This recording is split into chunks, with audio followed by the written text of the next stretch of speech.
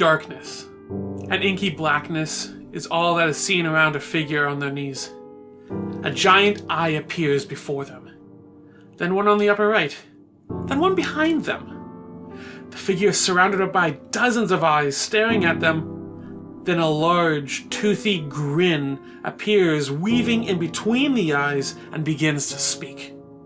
It promises power to slay enemies, but with power comes a price. The figure, with tears streaming down their face and a look of desperation, nods their head. The darkness is replaced by screams and cries as the figure is on their knees, clutching a pendant while hidden behind a box in a tent. Before them was a thin black book, but has now turned into a black ichor and has infused itself onto the humanoid. They stand up now and exit the tent with a look of anger and malice. A couple of goblins spot the humanoid and begin to approach, but they notice the otherworldly tendrils of energy forming around the figure's arms. Arms now raised, the humanoid releases a blast of eldritch energy towards one goblin, then another, destroying him right away. They do the same to the next, with the same eldritch power granted to them, and they begin to destroy all the invaders that destroyed their home.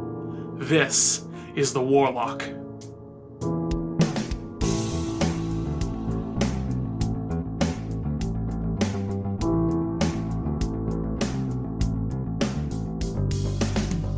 Welcome to another class episode of the It's a Mimic podcast, where you never know what you're gonna get.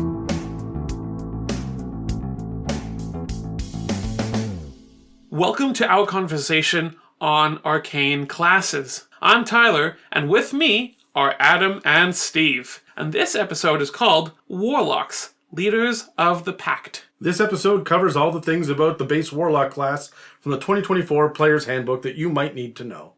So we're talking Warlocks here, guys.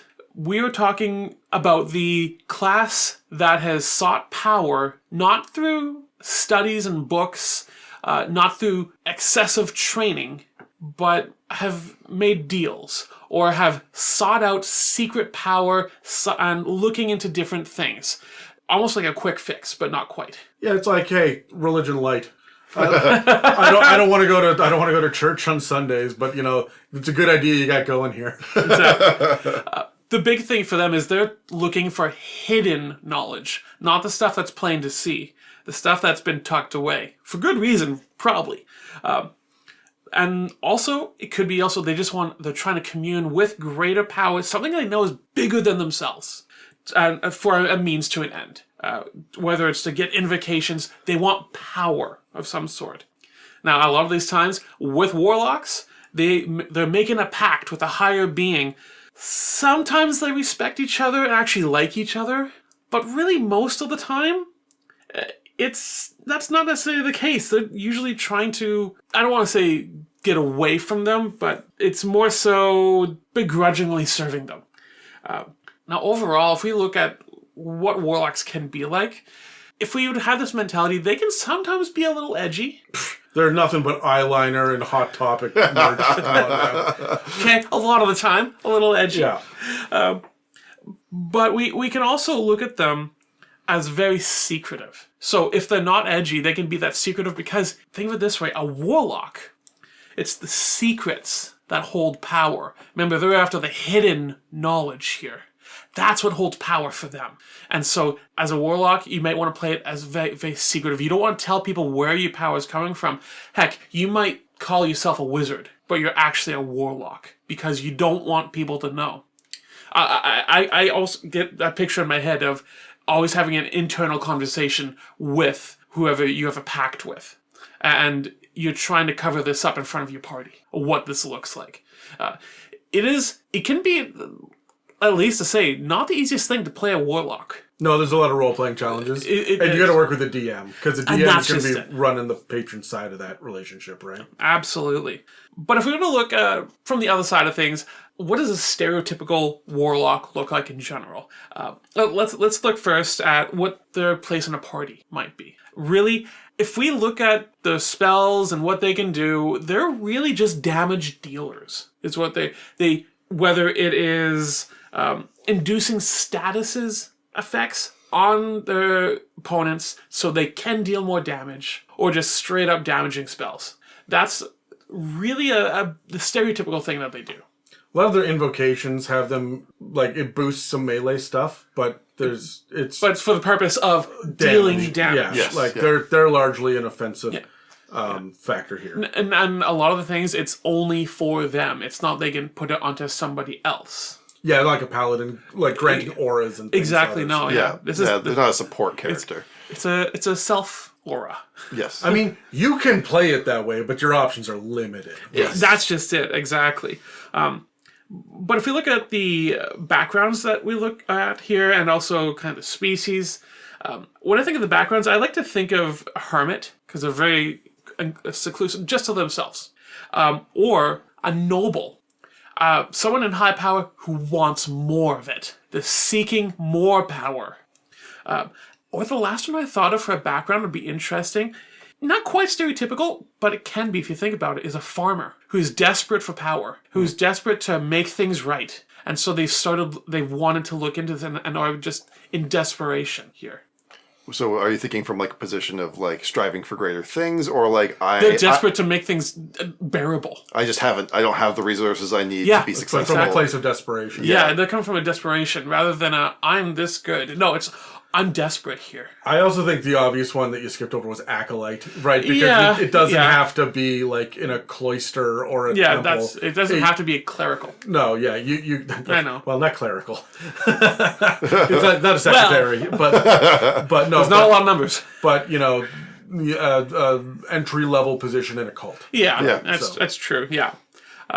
If I were to think of more species, the two to come to mind, obviously one is tiefling, is a stereotypical one. Yeah, that one's on the nose. Yeah. And I'd say another one is human. And I say that in regards to humans, at least I like to play it as humans look at all the other species can look at with distaste because they're more powerful than them. I'm just a human. It depends on your subclass so specifically because we have celestial warlocks in this. So Asimar or Awesomar as they're calling it now. Boo. But they are they would make a perfect sense for celestial, right? And like you could make anything into a warlock. Yeah. Any species. And that's one that doesn't fit for me is Goliath, because the lore behind Goliath is the fact that, like, they're about the things that I can accomplish, the things I've done. I'm a champion. Yeah. And you don't cut corners. Yeah. Right? And being a warlock is cutting corners. Yeah. Now, hold on. Just pointing out here, we're just pointing out the stereotypical. If you want to make a Goliath warlock, please do so. Let us know, because we would love to hear that. Absolutely. I think it could be really interesting, like, in a society that is built around those tenets, having a Goliath that doesn't live up to them. Is struggling to make his own contribution, struggling to, got injured and left behind. Sure. Yeah. Right? And then it's like, you know what? I'm going to regain my glory, right? So I like that. Now, if we look at what items or spellcasting or weapons that they may have, again, Warlock is so open, depending on what kind of character you want to build here. I like to envision that they have something, an item of some sort that ties them to their patron, whether it is a spell focus or it could very well be like a little idol that they pray to, or or something they just have to carry on them. Or one that I really like that I've used before as one of my players is they had to drink a specific vial of red syrup every morning at dawn. If they missed it, they would start to lose their powers. That's really punishing from a mechanical standpoint, but I really like that from a lore standpoint. And the person I used this on was very much heavy role playing. She loved this. Okay, cool. And we called it, she had an addiction. Sure. Yeah. Yeah. Or, you could have like a particularly powerful, entity trapped in a blade or something like that. Yes, absolutely. Yeah. Again, the rest of it, flavor to your warlock. There is no stereotypical when it comes to other things, unless you guys can think of one. Flavor to your patron. Yeah, exactly, yeah. That's the thing. And as well as, like, we don't have to choose our pacts anymore, and we'll talk about that in a bit. Yeah. But, like, they're still available. You can still have your tome, your blade, your leash, I guess, for Pact of the Chain. Whatever the item is. Whatever the item is, you can still have the thing, right? And be like, hey, I'm focusing on this. Yeah. I think it's fun in the player's handbook. One of the things that recommends, like, saying starter's kit is in there is a sickle. Yeah. And I'm like, that's fun. We don't see enough sickles in D&D. Yeah, I like it because it's and a lot of people get it confused with a scythe. Like we're not talking about the big scythe. We're not going to two-handed thing. Just the little sickle, just enough to really gut someone if you needed to. Oh yeah, something for a sacrifice. Yeah, I think that's a great way of putting it. But let's get off of weapons. Let's talk about spells, because this is something that is quite fun with Warlocks. Some of the really common spells that we see are stuff like Hex, or Hexblade's Curse, or Witch Bolt. But the most used Warlock spell, I think you guys both know it, is Eldritch Blast. Heck yeah. Yeah, but it doesn't have to be anymore, and I'll get into it. Oh, I'm excited. Yeah, we're taking a step away from the Eldritch Blast monkey. But it's so much fun. But I want to take a step back from it, absolutely. But how does a warlock train to get better? How do they get better? It's a wizard studies, a monk trains, like they pound themselves. I don't know, but yeah, with a warlock drops to his knees in front of the big powerful daddy, opens his mouth, and asks for forgiveness. Sometimes it works, sometimes it doesn't. Please, sir, can I have another? But I really feel like Megan should be on this episode. She would have eaten that shit up. Any of the ladies would have. You're not wrong. I'm trying not to go tear-eyed here. But speaking on that, one of the things is fulfilling duties to a patron. Maybe it is the patron wailing on them. But it is literally saying, go do this. Go fetch me this. Mm-hmm. And once they do that, they'll give them more power. It's that promise of power if you do this. And then secondly is finding significant items to their patron. Maybe it's not something the patron asked for, but maybe it's this sacred scroll that only a warlock could ever have to this patron. And then the patron goes, oh, that's why I put that. But it's this idea that that's how they gain more power, is by getting things for their patron. Doing things for their patron to win their favor, to give them more power. Even if they don't like their patron. But again, what's more in power? Do they want their approval or do they want power? So if we were to look at the 4 subclasses that we have here, that the patrons that they can serve, we have the Archfey patron, which is very whimsical and mischievous and that kind of thing. We'll go more into these later. But it's just this very light-hearted Archfey. Actually, I won't even say light-hearted, but it's just very chaotic. If we look at, and then we have the Celestial patrons here, which are all about the good of the universe and attaining this power that is completely holy.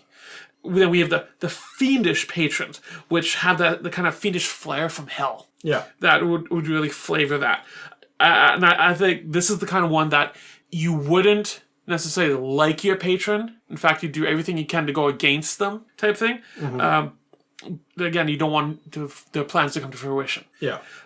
And then you have the Great Old One patron, this is the powers from beyond that are not even believable. All hail Great Cthulhu. No, Adam. Oh, yes. Oh, yes. But what I think I like to flavor that one with is the powers can never be fully known. And this is, I think, one that for a warlock, they're gonna really go towards this, because if the power can never be fully known, that means there's unlimited power. Yeah. Yep. So if we were to kind of look at more the core traits of these guys, the skill proficiencies that are given to us at the beginning that we can choose from are Arcana, Deception, History, Intimidation, Investigation, Nature, and Religion. And remember, we can only pick 2 of these at the start. I think they all make sense, but you'll pick different ones depending on the subclass. Yeah. This is one of the most, flavor, the subclass dictates. So, your really patron does, is really going to dictate the choices you're making here. You're not wrong. But one thing I do like about all of these is, because there's no one mostly intelligence or mostly this. No, all of these, though, have this idea of seeking answers. You're looking at hidden knowledge. You're looking at hidden arcana.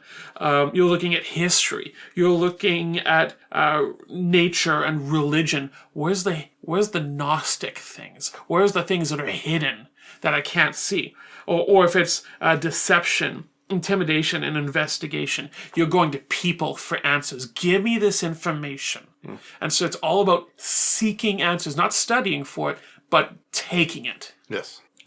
And so, lastly here, if you do want to multi-class into a Warlock, which is quite popular, or sometimes the DMs will force it upon a player. I have forced it on every single one of my players. Every player at my table has one level of Warlock. But you need to have at least a charisma of 13. I'm sorry, Adam, you won't be able to do it to everyone. The fuck do you mean? You suddenly have a crown that gives you this much charisma. Hey, with that. Yeah. By the way. So that's what we have for the beginnings of Warlock here. So jumping in now to the actual mechanics of how a Warlock works, I'm going to go over tier 1 and tier 2, so get us up to level 10. And then Steve, you're going to take over for the high level. 3 and 4. Yeah, for all the good shit. Yeah.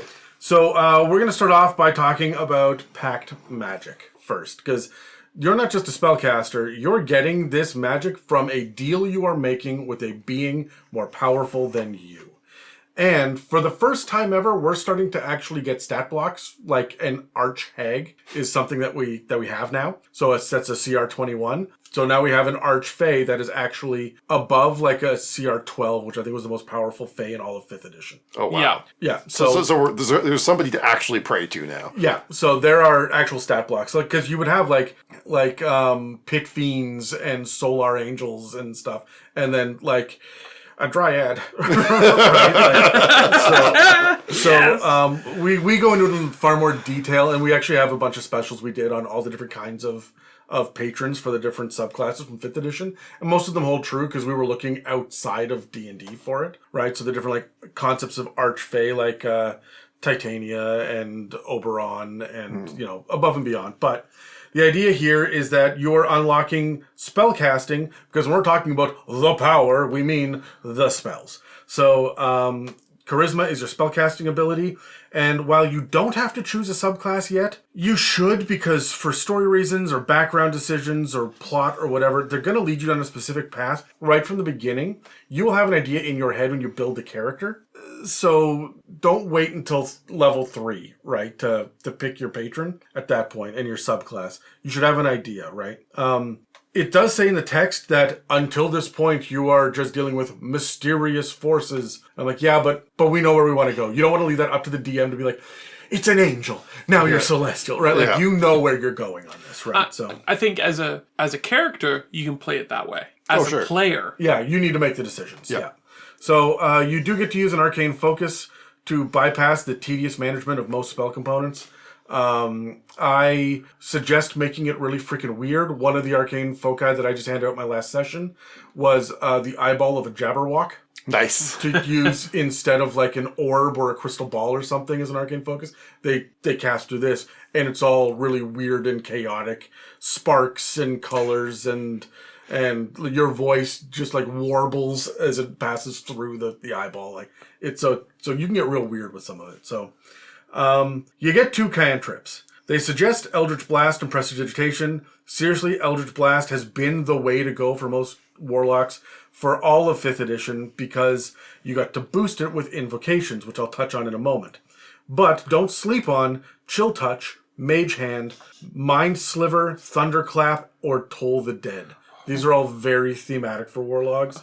And seriously though, Eldritch Blast and Prestidigitation, like they suggest that's a really strong combo for a Warlock. Yeah. Right? There's nothing wrong with that, for sure. Yeah, the Presto is just going to let you do a bunch of like little minor background things to be able to make your Warlock feel more impactful when you're dealing with the world around you. For first level spells, unlike wizards, you don't have a deep pool of spells to pull from.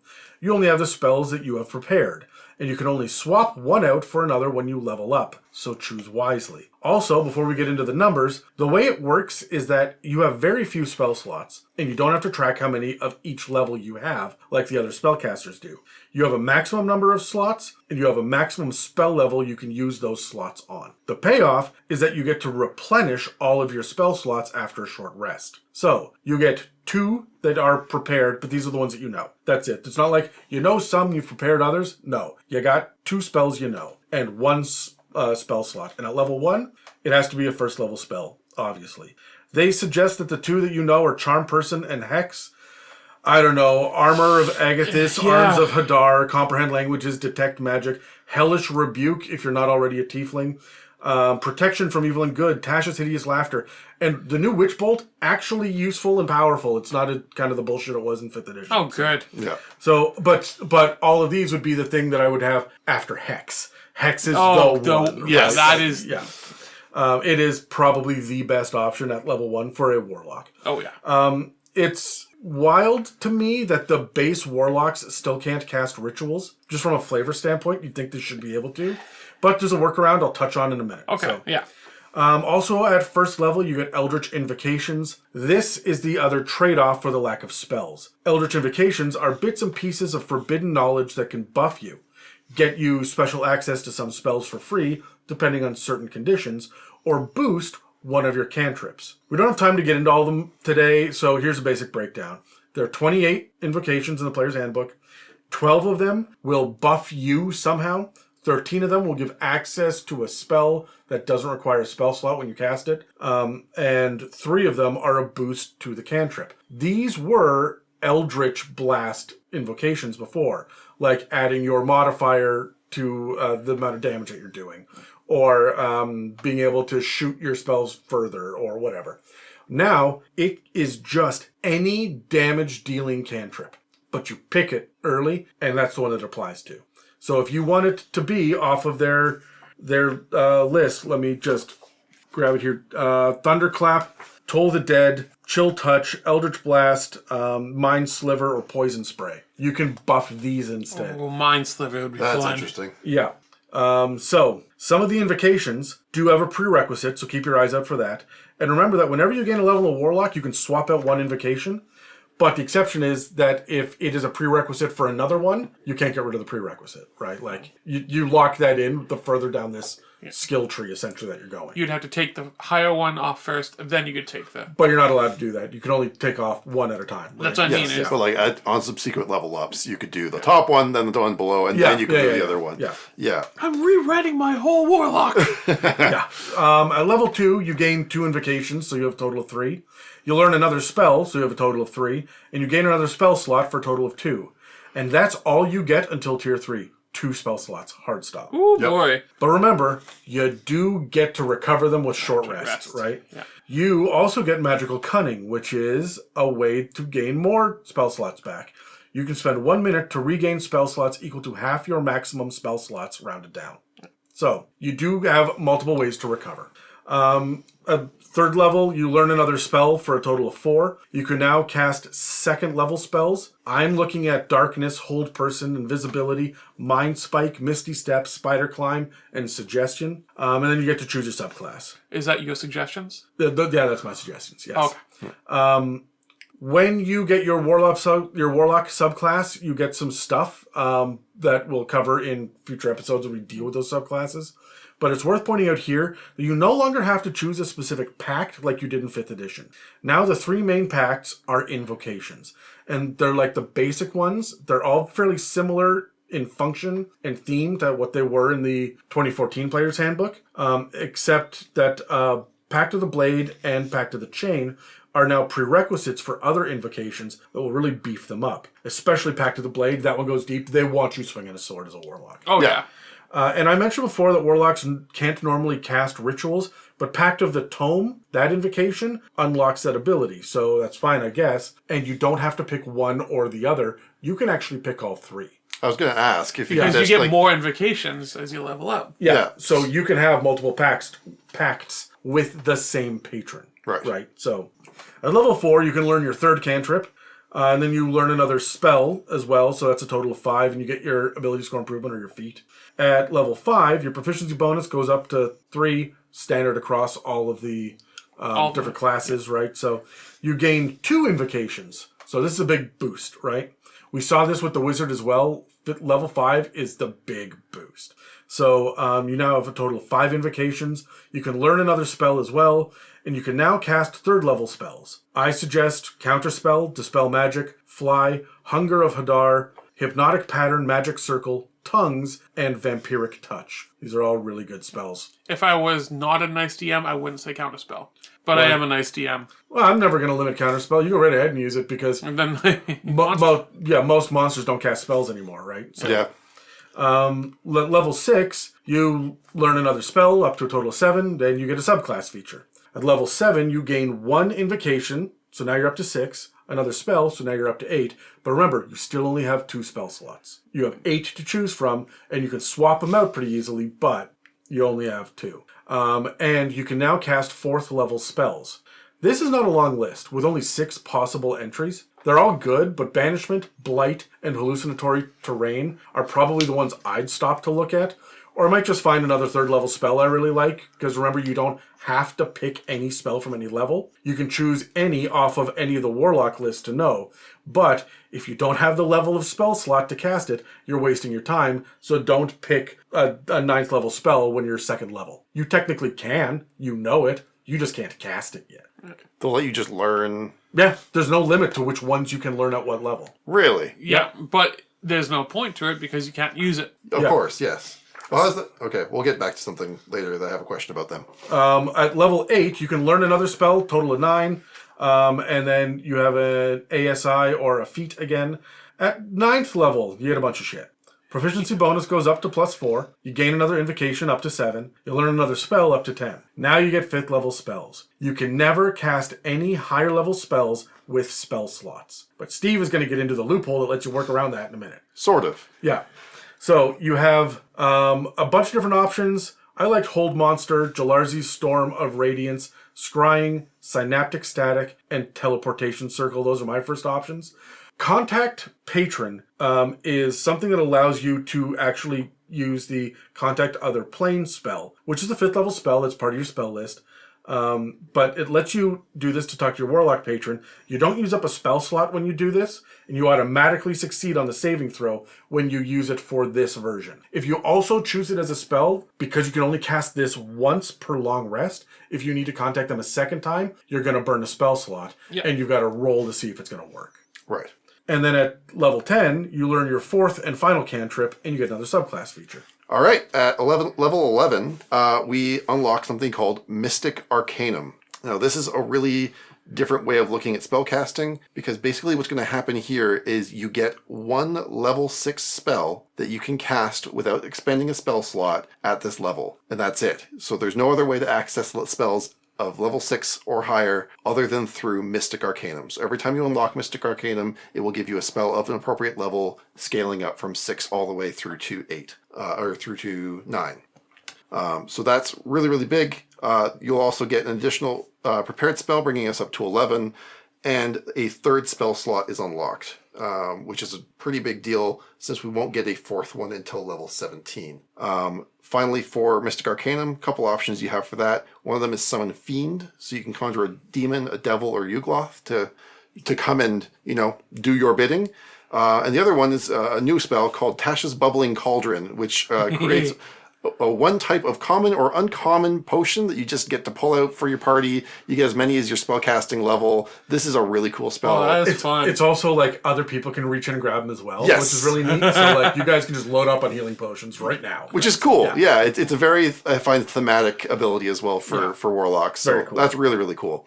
At level 12, we get our ability score improvement. We go to 8 Eldritch Invocations, so an additional 1.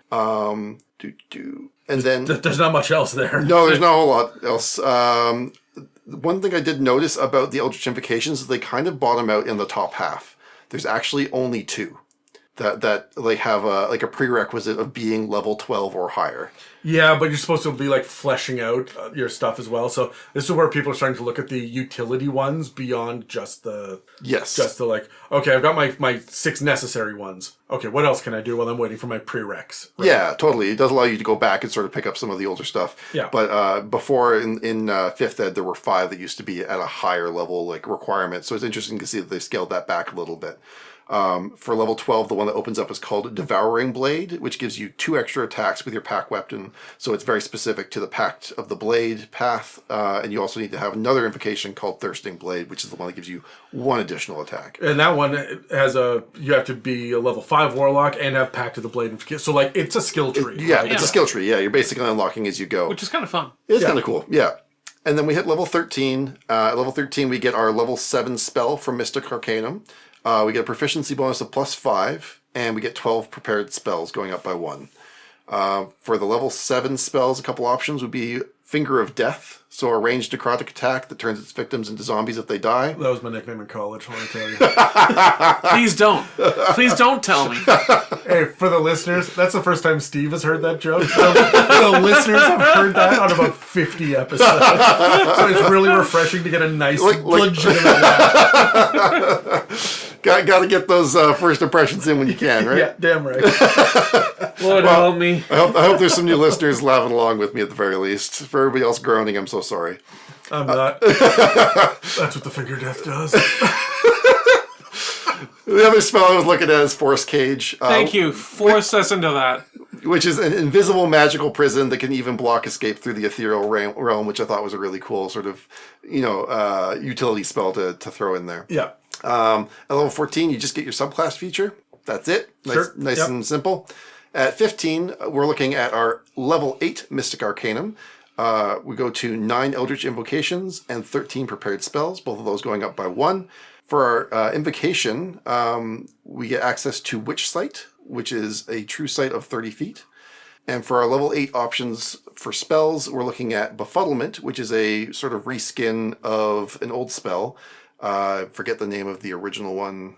Befuddlement was Feeble-Minded. Feeble-Minded, thank you. It's not quite PC enough for the new version, right? So fair, yes. Yeah. But yeah, that's psychic damage, which if they fail a check, basically causes them to be unable to use magic and lasts about 30 days. It's a heavy hitter, knock you out of combat if you're a spellcaster kind of spell. Yeah, so hit the bard, fuck that guy. Yeah, show him up. Yeah. And the other spell I was looking at is Power Word Stun, which stuns any creature with 150 HP or less, or if it has more, it just can't move for a turn. At level 16, we got an ability score improvement. Again, that's all. At level 17, we're at level 9 Mystic Arcanum, a proficiency bonus of +6, 14 prepared spells, and a 4th spell slot unlocked. So level 17 doing a lot of heavy lifting here. You're going to have a lot of choices to make when you hit this point. For spell options, you have Gate, which is basically a magical portal gun. Yeah. Pretty cool. Or Weird, which is a huge amount of psychic damage and can cause targets within the area to become frightened. That was Dave's nickname in college. At level 18, we're working with 10 Eldritch Invocations, which is the max invocations that we're going to get. And that's it, right? Like That's it, yeah. Yeah, and that is, interestingly, 2 more invocations than we used to get as Warlocks. Yeah. So they definitely upped the... I think that's because we're not doing the Pact stuff Exactly, yes. separately. So the Pacts are rolled in. So there's so many other get choices. Extra bonuses, yeah. At level 19, it's Epic Boon! Are you going to do this every time? Yes. Excellent. I love it. And also 15 prepared spells. As we've talked about by now, Epic Boon is new to all the classes. For the Warlock, it suggests Boon of Fate, which gives a bonus point to anyone's stat. And additionally, it also triggers whenever a creature within 60 feet succeeds or fails a roll. You're able to roll 2d4 and add or subtract the amount from their roll. That ability resets after every short, long, and rolling of initiative. So you're going to have that up most of the time. Basically every single combat. If somehow you find a way to sleep in between encounters, I guess technically you would have it for, like that extra little bit. But, has a lot of utility there, both in and out of combat. And then at level 20, we unlock the big ability, which is Eldritch Master. So this basically tacks on to magical cunning that we get at level 2, and now simply you just get all of your expended magical pact spells back on completion of the rite. I mean, sure, this is going to be great for those both sessions that you're playing at level 20. That's just it. right? You're level 20, you've earned this. Sure. I want to play with it, which means when I'm getting this cool shit, my guys are going to be sitting at level 20 for like 8 sessions or so. Right. I'm going to come up with some real epic shit to do, some world-changing things to wrap up my homebrew campaign so that they will be able to feel how rad this is. Sure, you want to be able to play with your toys once you finally get them. Exactly. Yeah, which is kind of a sad thing. We don't usually, in our campaigns, have enough time to play with what we have there. Yeah. So, I want to ask you guys some questions. So before we do that, do you guys want to roll initiative? I don't just want to. I need to. You bumped me up to a 19 again, and then down to 1. Then I got bumped to a 3. Okay, well, it looks like I'm talking to myself. Sure are. So the first question for myself is, overall, how do I feel about the updated Warlock compared to the original 5th edition version? I really like it. I already liked Warlock from 5th edition. What they've done to it now with the Pact and everything like that, or with the Eldritch Invocations, I think this gives it a lot more playability. It really gives the ability to choose different things. You can flavor this. And as you said before, like when you're making your Warlock, you want to have the subclass in mind already. This gives it that more flavor to expand on that. It's not just you're stuck as an Archfey Warlock. No, there's so many different invocations there that can be used to flavor it of the Warlock you want to make. So I really enjoy what they've done here. Because there have been some pretty decent changes to the Warlock. Because I think they only brought the Warlock in 5th edition. No, the Warlock was around, but it was always an expanded and stuff, right? So I want to say that it was Core in 4th edition and Barbarian wasn't. Oh, okay. 4th edition was doing its own weird shit. I remember 4th having a weird cut from the class. Must have been Barbarian. Yeah. But I really like what they've done and how they've evolved it from what it was in 5th edition to what it is now in whatever we want to call this next edition. It's just really fun, in my opinion. Yeah, no, I agree with you. I think that like the changes to invocations and how they work with pacts now is a really cool change that allows for more customization and storytelling within how your character works and the things that are happening around them. So yeah, no, I think that the way that they've adapted the class to basically play towards player choice is really cool, and I think that the way you play your Warlock really informs the way you level them up as well. Like, I feel like it's one of those classes that really levels itself up through play, whereas a lot of the times, so you get to a certain level with a character and you're like, I just know how to swing 2 swords now, because. Yeah. You know, whereas the Warlock, the things you're doing go, oh yeah, that's probably what I should do next. Mm-hmm. It's kind of built in. Right? Yeah.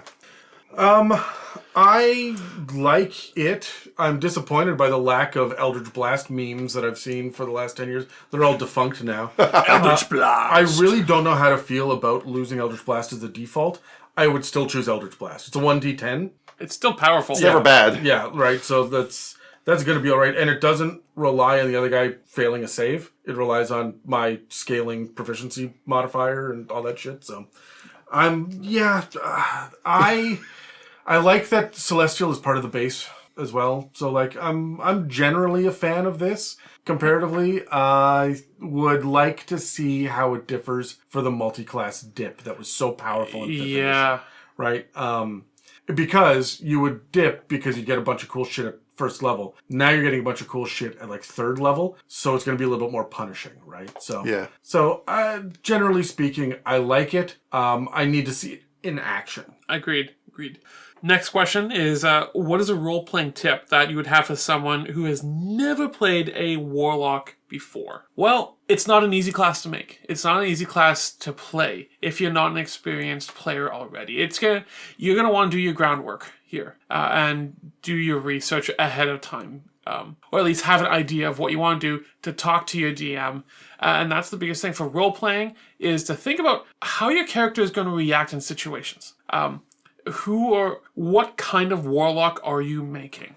Don't think there's one stereotype. There are so many different ways that you can play it. Yeah, I was making jokes earlier about the eyeliner and the Hot Topic shit, right? But, like, it is very different. Archfey versus Great Old One, like, they're all so very different. Absolutely. Yeah. Different colors of eyeliner. Right. Yeah, the Archfey is still using eyeliner. Yeah, but like, I gotta agree with you 100% with the talking to your DM. But you can't just say, hey, this is my thought. You need to be very clear about your expectations. Oh, yes, absolutely. What you want to get out of this campaign, the kind of relationship you would like, so that they know, because DMs, you give me enough power, I'm going to start pulling the rug on you every once in a while. Yep. And you may not want that from your base character class build, right? No. So be very, very upfront when you're doing your session 0, or you're thinking about doing the multi-class in. Talk to your DM, be like, hey, I'd like to explore this. I'm not looking to be a punching bag. Yeah. Yeah. Or be sure of what you would like to do. Have a plan. And come to your DM with a plan and work together to make the plan come to fruition. Yeah, and I think that really is the quintessential part of being a warlock, is that you have so much room to have fun with this pact that you've made. Why have you made this pact? What was important enough to you to sign your soul over, or, like your wealth, your family, your well-being, whatever it may be that basically you've traded off. It was a donut, wasn't it? Maybe. Who knows? Like, yeah, you need to know what you're giving up. This is a two-way street, right? Yeah. What is it that you have basically thrown out the window to achieve this grander goal? And what is this grander goal that was worth it to you? Or were you swindled into it? Like, did you have our Crossroads demon kind of encounter where they talked you into a deal you didn't realize you were getting into? Like, there are so many great stories around pacts with greater powers that, it's clearly got almost limitless options. Yeah. Think of anything you've ever wanted real bad in life and then dial it up to 10 and you probably got a good motivation. Yeah. If it needs dialing. Maybe it doesn't need dialing. I don't know. You tell me. My big role-playing tip is going to be, it's forbidden knowledge. And the forbidden knowledge is not the same thing as studying. Like you mentioned at the beginning of the episode, Tyler, that it's about like digging through the text, but not just that. I'm thinking about the artifacts, like from the Cthulhu mythos and whatnot, right? Yeah. That you get these and see the runes on it, or you're able to twist it in specific ways and pose it in different ways and get inspiration from things. I'm thinking of the Lamentation configuration from Hellraiser, right? Like, these are the objects and the items with forbidden knowledge that you should not have. So look beyond this. This is every time that anyone in Indiana Jones picked up a relic, it was forbidden knowledge, right? That blew up in their faces, or melted their faces in some cases. So we have to think about not just how we're gaining this knowledge and this information, but also then how we're applying it. Because the words you use to cast the same spell that the wizard is should be different words. They should be darker words. They should be connected to the weave in strange, shadowy ways, or in ways that would never have occurred to them to look at it, because you're using the true angelic speech. Or, but if you just say this backwards, that'll work, because you got an Archfey patron. They taught you that, right? Like, you can sit here and study your damn book all you want, but 13 bones, bah! And they cast the same spell, right? So you should be attacking it from a different perspective. Exactly, right? Yeah. I like that. I've always sort of looked at warlocks as not being a spellcaster, but a spell conduit. Yes. Yeah, that's a good way of putting it. Much like the cleric is. Yeah. You're basically going, hey, big elder god, could you maybe make that thing die? That would be great. Finger of death? Go. Yeah. Yeah. Well, for anyone, this is an audio medium, and Steve was pointing his finger. Yes. Saying, you die. You die. Yeah. And I'm taking it really personal. Like, warlocks have so much potential for role-playing. Yes. Be specific with your choices. Yes, absolutely. Last question, guys. On a scale of 1 to 12, 1 being the best class, and 12 being the absolute worst, where does the Warlock rank in your excitement to try them out on a D&D table? Myself personally, I love Warlocks. I never get chances to play them unless I'm using them as an NPC. But even then, I want to try it as a player to level them up because of the customization, especially with the new edition here that has. They rank like 2 to 3 for me to just have fun with this. That's fair. Yeah, I mean, I sort of talked about this a little bit during our Wizards episode, but Warlocks are a little bit lower on the scale for me, being closer to a 10. However, there's 2 caveats to that. First, I love Hexblades. There are no Hexblades currently in 5.5. However, as soon as there's a Hexblade, it goes up big time in the old ranking for me. Also, as a multi-classing option, I would rank it much higher, top 3. But that's not really the question, so I guess... Don't change the question. Just discount that, I suppose. I think that if you look at the invocations and how all of this Pact of the Blade is the main one, right? Like of all of the pacts, there's once you get Tome, you don't get any more. There's no skill tree there. Right. With Pact of the Chain, you get one more that beefs up your familiar a little bit more. Pact of the Blade, there's options. Sure. And you can beef it up quite a bit. And because you're a martial guy and a melee guy, and like I feel like you will spend a lot of your time as a warlock wielding a blade, even without Hexblade, standing shoulder to shoulder with the rogue and the fighter and the paladin, right? Mixing it up with an extra little bit of magical flair. Sure. So I hear what you're saying about needing the Hexblade. Yeah. But I think you might be surprised once you actually read the nitty-gritties of some of the stuff. Of how much it appeals? Yeah. Yeah, Yeah, I there mean, may be a little bit more for you. I guess that does make sense from their very limited spell pool. Yeah. They can't just sit there and cast a whole combat. They get 2, maybe 3 until they're at higher levels. And they're not glass cannons either. Like they get the D8. And they have access to, I think it's medium armor as well. Exactly. So okay. That's big for a... That's true. Yeah, no, for sure. Something for a can cast spellcaster. spells. Yeah. For me, this ranks at a solid 12.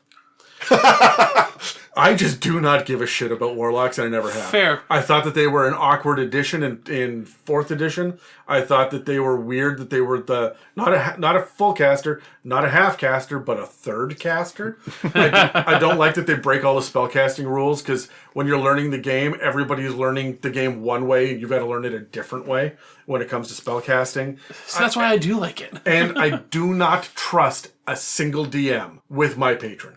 So I will, every time that I've got to I want to commune with my patron, and here's the thing that gets me is right at the end of tier 2, you get the ability to reach out and talk to your patron every day. Yeah. So you are now building a powerful NPC into the campaign that the Dungeon Master has to have choices for. They have to be able to bring this all together and line it all up. And it is, from a Dungeon Master perspective, I've chosen to do that to all of my players because I already had those characters ready. Those powers were ready to go. But if I had my players say, hey, I want to play Storm King's Thunder. By the way, Great Old One is my patron. I'm like, this does not line up. I've got to do more heavy lifting. You are handcuffing me to this, right? So... I'm not trying to discourage anybody from doing that, but be aware kind of This is why you talk to your DM. Yeah, but I think a celestial patron or a fiendish patron makes a lot of sense for Descent into Avernus. Sure. That's great. But the Archfey patron, bit of a stretch. I'm going to have to work my way around that shit as a DM, right? And me as a player, because I never get to be a player, I'm not going to complicate that shit, and I'm not going to create conflict with the DM. I want to play my character. I want to solve the problems. I want to play the game from the other side of the table.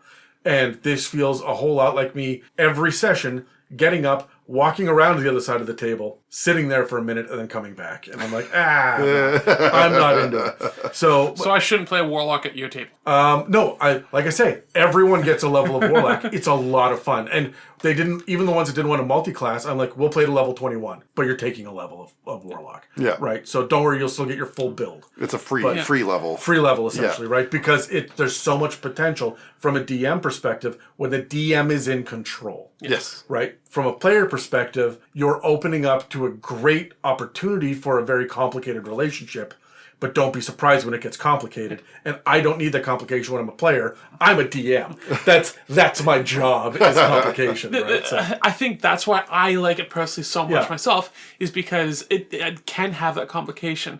Is I want that challenge and to have fun with the challenge. yeah, I also think that you probably set up more tables than I do. You played more campaigns rather than I do. I've been stuck in the same campaign for 2 years. We're level 8.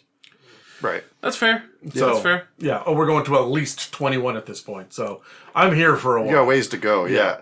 No, I've always looked at players wanting, whether it be followers or, NPCs or patrons or whatever it may be, as building blocks. And, to a certain extent, a level of challenge as a GM to have to work that in and sort of go, okay, how can I make this work for me, as well as sort of like what kind of challenges does it, pertain to the story that I'm telling.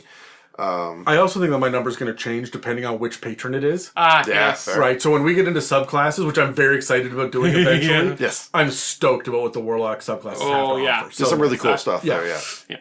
So we can agree that Warlocks, although they are a little edgy at times, but with the how the changes have been made with the next edition here, they have a lot of customization to them. And they do have a lot of playability if you want to play that style of a character, as well as have that kind of communication, that level of challenge to yourself as well. So they can have the potential to be a lot of fun, but it does require that extra work.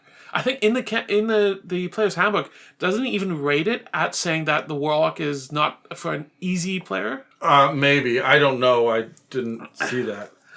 There was at one point where it rated all the classes, saying good for beginners, good for all that, and it said Warlock was actually for a challenge, like it's a harder class to play. Yeah, right here in the choose your class section here, it goes through all the classes here, the class overviews, and it talks about complexity. That is a complex word to say, and it rates that the Warlock is a high complexity to play, whereas someone like a fighter is low. Right. And so with that in mind, be thinking about your choice of wanting to play a Warlock. If you want that complexity in there, great, awesome, have fun with it. But if you don't feel too comfortable with it, it may not be the right class for you.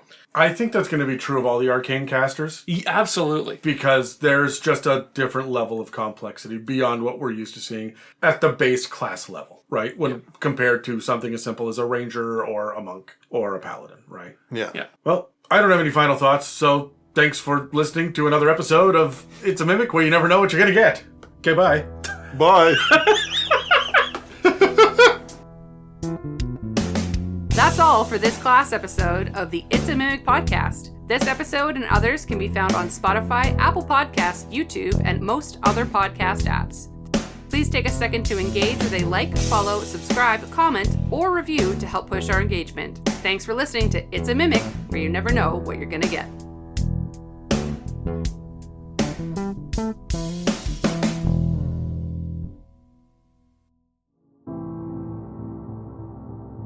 It's the end of an episode on playable classes, and that means it's time to talk about a subclass available on D&D Beyond in the partnered content section. This episode is on Warlocks, so I want to tell you now about The Many from the Griffin's Saddlebag Book 2. The Griffin's Saddlebag Book 2 is kind of like a catch-all expansion like Xanathar's or Tash's, and it brings hundreds of unique magic items, new character options, and new settings, including Crest City and Mysteries of the Border Ethereal. There's a lot going on in this book, and it's got a real ethereal feel to it, but really the big draw is all of these really excellent magic items.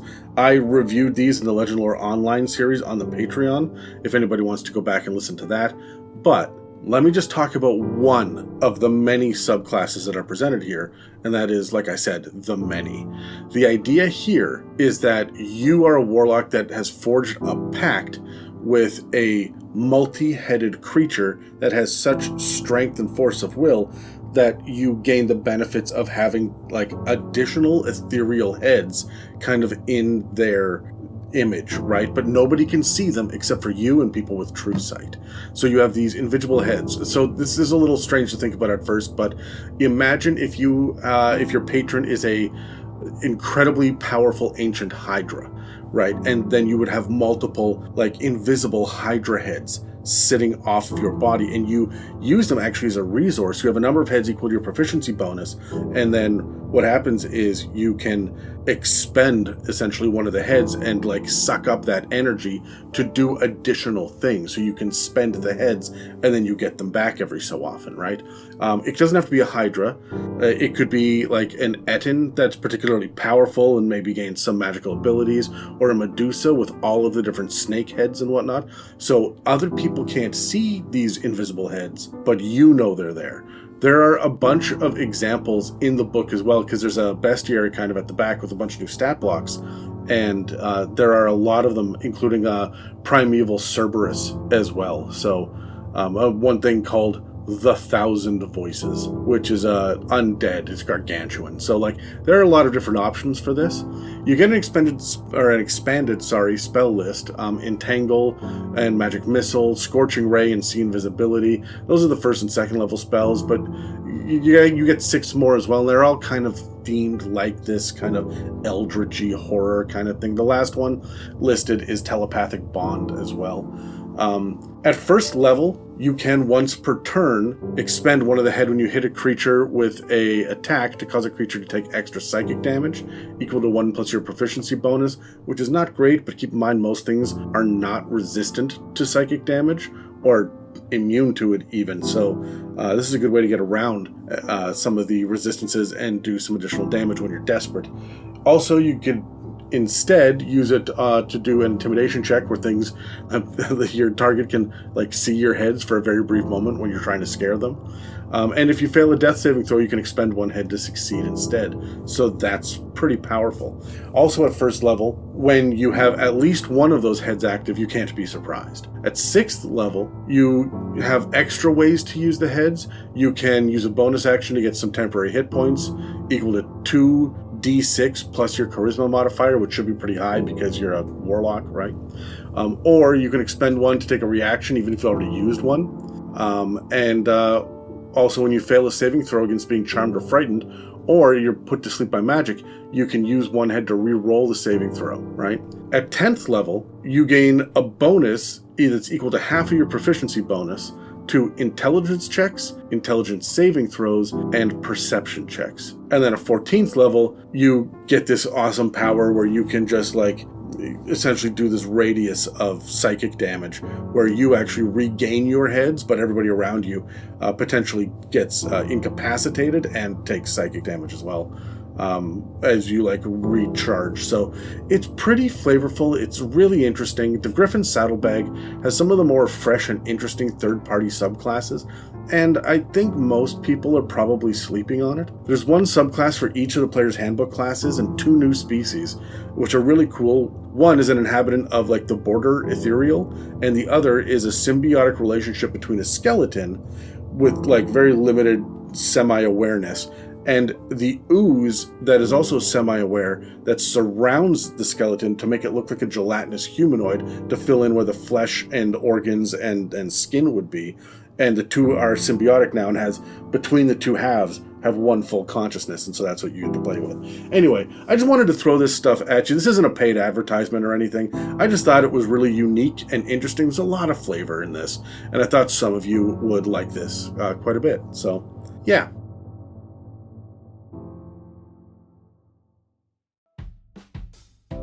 If you'd like to support us, we have a store with some merch and a donate button on our website, itsamimic.com. You can also head to itsamimic.com to find a comprehensive episode guide and more information about the show. We do have a Patreon, which not only offers access to our exclusive Discord server, but also hosts over 100 episodes, including a variety of bonus episodes covering topics like 5th edition book reviews and the campaign builder, spells and gods, fae, homebrew inspiration, and even the Blood War. If you'd like to submit any mailbag questions, please reach out to us through any of the social media links in the show notes of this episode, or send us an email at info@itsamimic.com. This has been an episode of It's a Mimic, where you never know what you're going to get.